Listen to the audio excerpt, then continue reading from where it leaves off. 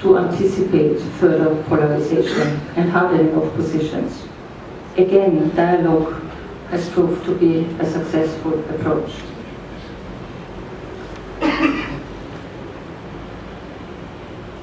Another area that Austria is emphasizing in its foreign policy is human rights.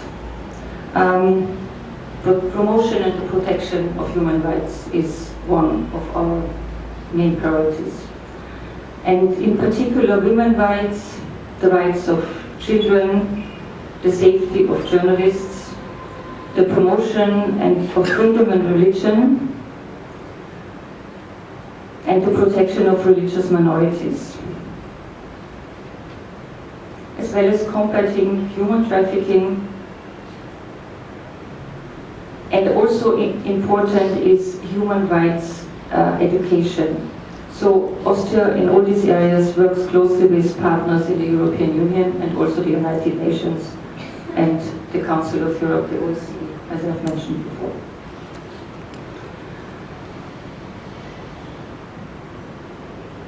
Other areas of our foreign policy, and now we go a little bit away from the core center issues.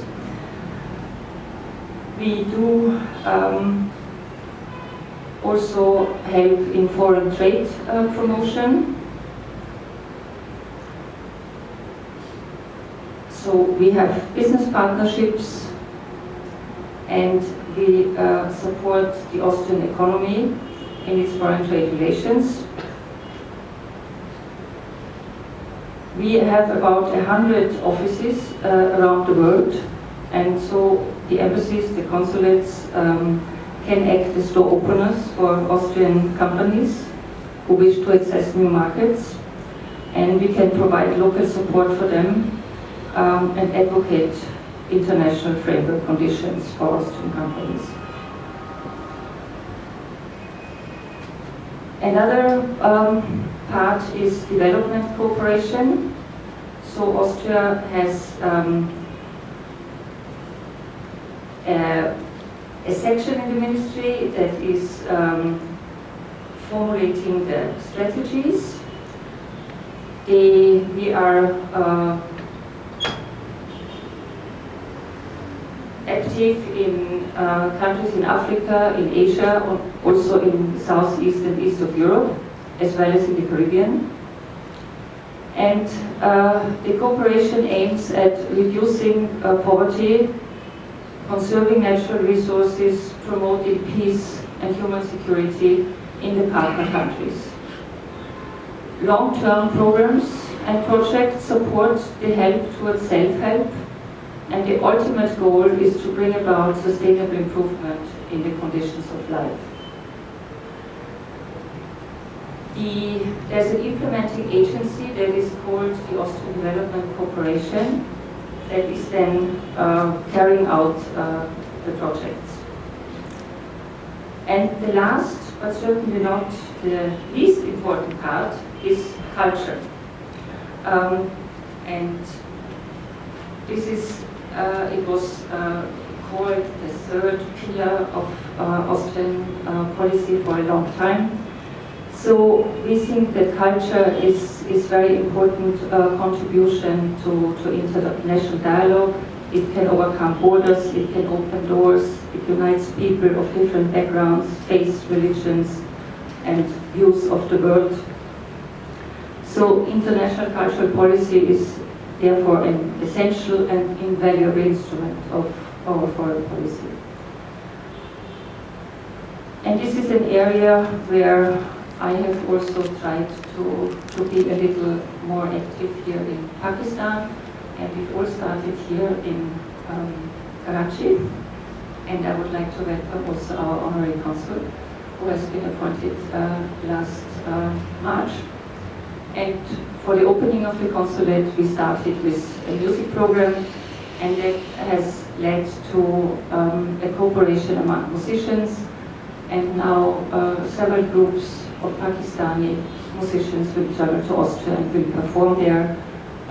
They will play together with Austrian musicians. They will develop programs. One will be an artist in residence, and then the organizers of these programs got very excited and thought we should not limit it to music, but we should also expand it to art. So a well-known Pakistani artist has been asked to curate the show that will now travel to Austria and will be presented in several galleries. And on the Austrian side, there's a partner gallery that is putting together a show with Austrian artists that will then come here.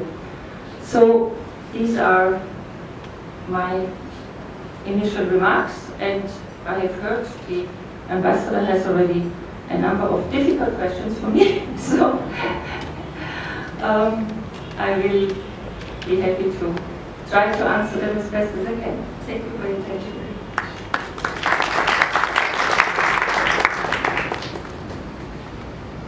I think no question will be difficult for you. So, Javed Abbas. Thank you. Thank you, Excellency, for your remarks and compliments on enlightening us. Also compliments on appointing a very capable honorary consul for Karachi. We are privileged to have. While acknowledging the active neutrality of Austria and knowing that you have to observe a very limited framework of maneuver within neutrality,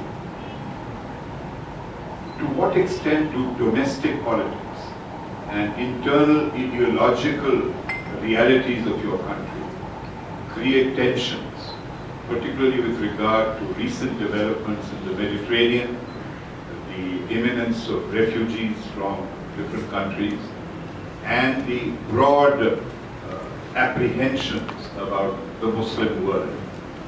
Are those trends in any way testing real neutrality within the different opinions? I mean, professors at universities, legal experts, they all have their interpretation and whether we could join or we cannot join, and how this will work out, especially when we speak about security policy, and we have these battle groups and what the Austrian soldiers do and so on. And of course, different political parties have different opinions on this. At the moment, I think now it's very clear. It's a limited neutrality, as I pointed out. We will keep this. There was a campaign also to abandon it and to really become a member of NATO. I think nobody is really advocating this at the moment. It's just not an issue of debate. And what's happening with the immigration crisis and all this has nothing to do with our status of neutrality. That there are divided opinions on this also amongst political parties, yes. Some feel that we should help and accommodate as much as we can. Others think, no, we have to put a stop on it. But I think as a general feeling, all over Europe, as much as we want to accommodate, but there's a limit to what you can, physically do. And especially because we do have to distinguish between refugees, people who come really from areas of war and conflict and are endangered physically, and other areas where people leave because they don't see enough economic opportunities. And these, of course, we try to also help. I think one of the wishes is to help the people in their own countries, to help the country for a better development, and see that these people find a place and find some livelihood and opportunities, so they do not have to leave. And we also should not forget that many of those people also do not live on their own. There's human trafficking, which is very active, and we know it also from Pakistan and the other country covering Afghanistan. So this is a real problem, it's a real issue, and I think now not only European countries are trying to fight this human trafficking, but also in Afghanistan the president has told me very clearly that it's one of their priorities as well to go after the human smugglers and the traffickers and see that this crime stops. Is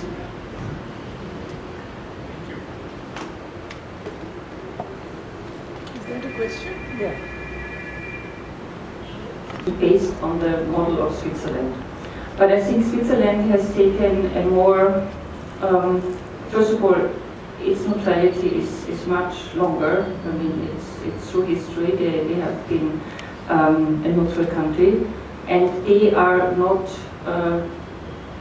conducting an active policy. I mean, they are not a member of, they have of the European Union, for instance.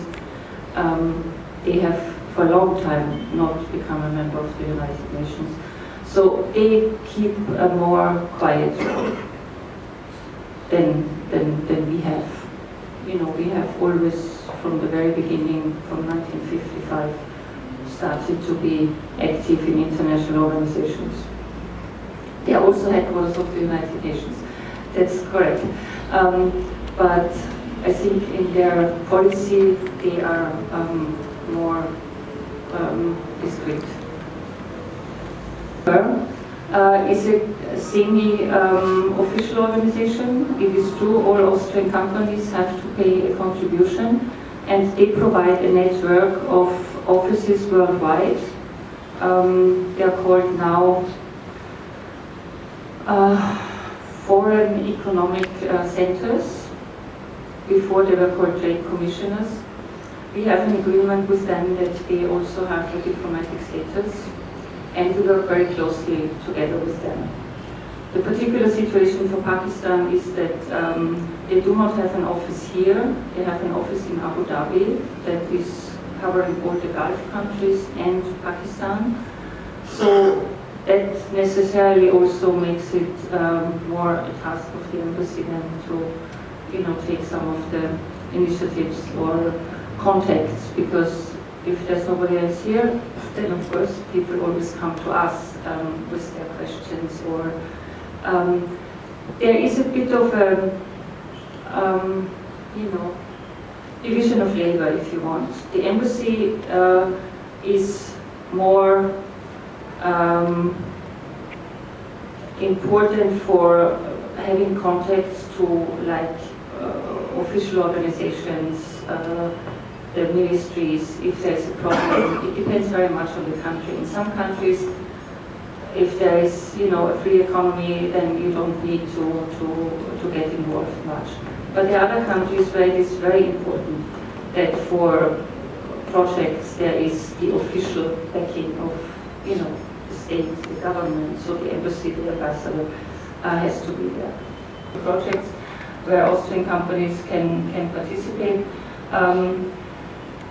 Again, also by the fact that neither Pakistan has a trade person in Vienna, nor do we have one here, so relations are not so close. They can be developed. I think our economic delegates, I don't know if you were here, I said he's in Abu Dhabi. He is coming now more often, and will certainly explore opportunities for Austrian companies here. There is a bit of a reluctance, obviously, to come here, you know the reasons. So they have now another plan to organize a trade mission. And we are involved in one project. It's in all of the newspapers, so it's not a secret. This is Tabela 5, where there is an offer of financing from the Austrian Export Credit Bank. So we're still waiting for the final decisions and hope that this will materialize. Actually, yes, Anila, I'm coming to you. Actually, all of you, or many of you, must have heard of Swarovski, the crystal and giant, the crystal giant. And when I called on one of the Swarovskis, I think it was in Innsbruck. Oh, no, what is the place? Bartels, yes, Bartels. He told me that these lights which you see on the streets, these cat's eyes on the streets which show the path, they come from Swarovski. And I don't know whether they do still, but at that time, it was a long time ago. That was news to me. And there have been a lot of financial problems within the states in the Union, and the United Kingdom, the government of the United Kingdom, the present-day government, is going to hold a referendum on whether they should opt out of the European Union. How do you see it? Also because apart from the core members of the Union, the original ones, we've got a lot of other states, small states who have come in, like Slovenia and Slovakia and the other smaller states in Eastern Europe. So do you think that there is a possibility that the European Union will be able to gel properly? Surely there must be internal tensions. Well, it's not an easy question, and I'm not a prophet to say what's going to happen. European Union it's been a very successful project of peace. Not since the Second World War we had any conflict in European countries, and I think this is a great achievement. There were crises and adjustments to be made, and new members accommodated. Of course, if you start with 6 members and now with 28, it's not the same organization, so you have to make structural adjustments, and that is not always easy. There have been circumstances that put it to a test, and especially this migration crisis and the Schengen system is certainly under stress. But I can only hope, and I think politicians try to keep it together, and also the question of the United Kingdom. I think the Prime Minister himself is working very hard to not make this exit happen. So I think there's a lot of the project as such. People are convinced that it is a good one, and they want it to continue. And what about your Turkish labor? The generation in Europe, they are part of our society. They have maybe not integrated in the same to the same degree as other ethnicities that came from other parts of the world. There's a lot of effort being made.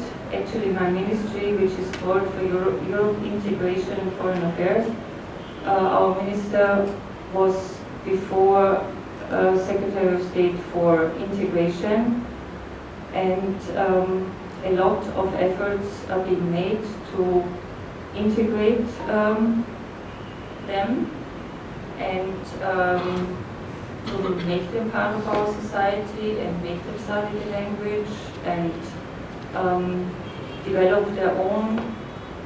We have religious freedom, and the Muslim was one of the religions that was recognized since 1912, so very early on.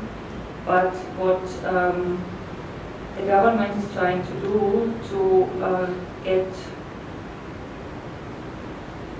unwanted foreign influence out of these activities in the mosques and in the schools. So we want that this is an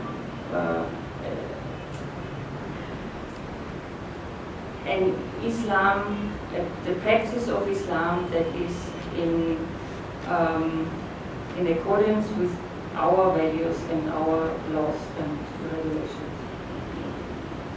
Talking about myself, I'm talking about horses. Yeah, no, but you want the horses to visit or you want an instructor to come? I think Horses is difficult. Yeah, exactly. We have our own. I'm just not sure that the instructors for the, the Spanish riding school will serve your purposes, because I think they train, the horses in a very particular way to dance the waltz and things like that.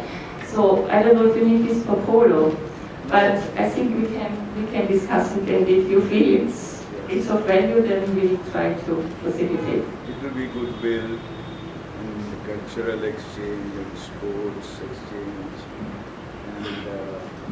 and some benefit will come if. I think the ambassador has made a note of it. Maybe she'll bring the waltzing horses, the horses at the Spanish riding school, waltz to the tune of the Strauss and waltzes. If there are no more questions, I think we should close this session with a tribute to Vienna. In terms of political importance, Vienna is United Nations headquarters. And so it has not only the United Nations office in Vienna, but it is also the headquarters of UNIDO. It is also the headquarters of the International Atomic Energy Agency. It is the headquarters of the entire UN drugs outfit. It is the headquarters of the Crime Prevention and Criminal Justice Commission. And it used to also be the headquarters of the Commission on the Status of Women, but that was moved to New York. Her Excellency has been very, very involved in her work over here.